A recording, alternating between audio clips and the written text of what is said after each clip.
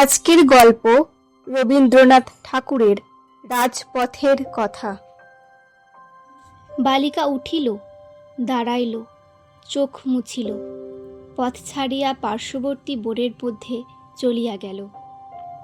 হয়তো সে গৃহে ফিরিয়া গেল, হয়তো এখনও যে প্রতিদিন শান্ত মুখে গৃহের কাজ করে, হয়তো সে কাহাকেও কোনো দুঃখের কথা বলে না। কেবল একদিন সন্ধ্যাবেলায় গৃহের অঙ্গনে চাঁদের আলোতে পা ছড়াইয়া বসিয়া থাকে। কেহ ডাকিলেই আবার তখনই চমকিয়া উঠিয়া ঘরে চলিয়া যায়। কিন্তু তাহার পরদিন হইতে আজ পর্যন্ত আমি আর তাহার চরণস্পর্শ অনুভব করি নাই।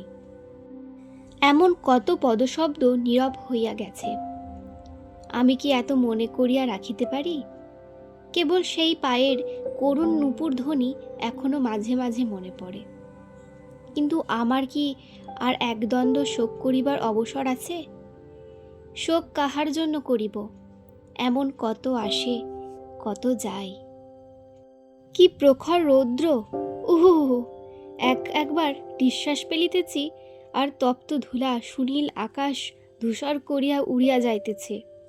ধনী দরিদ্র, সুখী দুঃখী, জরা যৌবন, হাসি কান্না, জন্ম মৃত্যু সমস্তই আমার ওপর দিয়া একই নিঃশ্বাসে ধূলিস্রোতে মত উড়িয়া চলিয়াছে।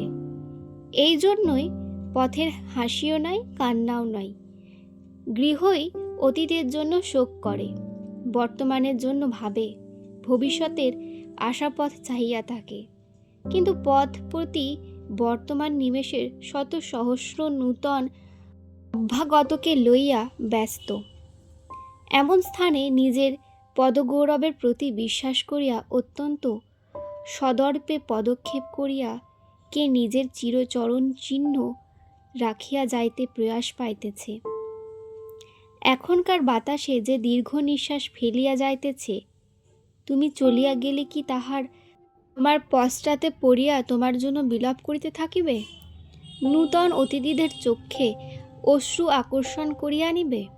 বাতাসের ওপর বাতাস কি স্থায়ী হয়? না না, বৃথা চেষ্টা। আমি কিছুই পড়িয়া থাকিতে দিই না, হাসিও না, কান্নাও না, আমি কেবল পড়িয়া আছি।